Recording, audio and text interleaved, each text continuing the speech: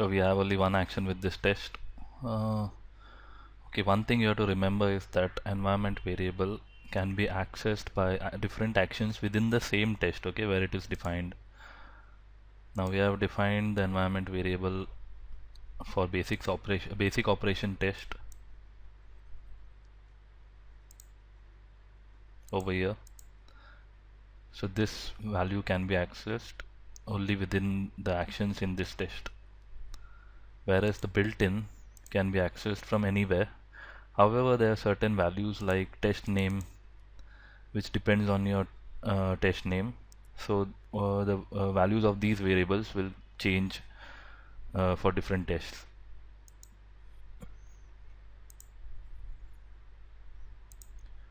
What I'll do is, let's see if we can use the same, we can access the environment variable from some other action. So what we'll do is we'll create a new action, go to actions, insert call to new. So this is our action 2, this is a new action, and I will use the same code here. Now this is some other action. Let's see if we can access the same environment variable. So as you can see, it is possible across different actions. One more thing I would like you to note is we have saved the environment variable value as 1 to 3 in our settings, but we can also change these values in runtime. So what do I mean by saying runtime? So I simply have to write, I have to give this variable, this is the environment variable, I have to give some value to it. Suppose earlier it was 1 2 3, now I'm giving it 4 5 6, and my action 2 will retrieve the value environment variable, and action 1 is calling action 2. So when I run this, so you will see the value displayed is 4 5 6.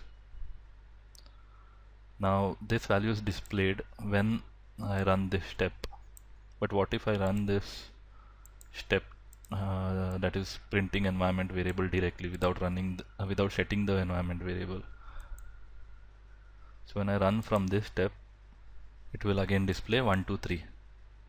So as you can see that I have changed the I had set the variable of variable value, environment variable value, as 4 5 6 in runtime, and it is only effective if this line of code runs. If it doesn't run, it will take the predefined value that is in the settings.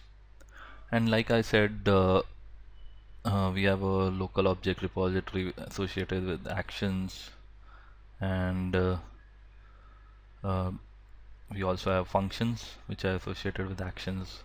So these are different resources which are associated with your test, like your local object repository, your function library, and your environment variables as well. All these are saved when you save your test. So when I'm saving this test, all these resources are saved along with it. So as I said, dictionary objects will be later on explained to you. So these are some of the methods which can be used for sharing action information. Apart from these methods, there are other methods as well, like using action parameters. We'll go through that as well in the later part. I just gave you a few examples of how actions communicate with each other. So we move on to our next topic, that is regular expressions.